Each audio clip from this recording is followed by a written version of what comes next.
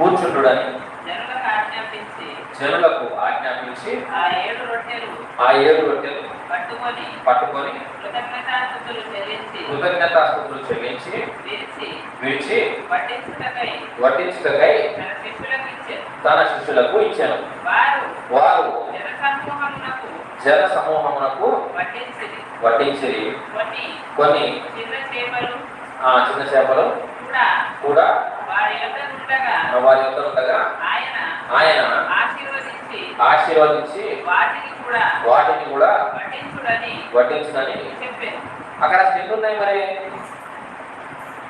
8వ వచనంలో అసలు మొట్టమొదటి వాళ్ళ దగ్గర ఎన్ని ఉన్నాయి? 4వ వచనం చదవండి. అందుకు ఆయన శిష్యులు ఈ అరణ్య ప్రదేశంలో ఒకడు ఎక్కడ నుండి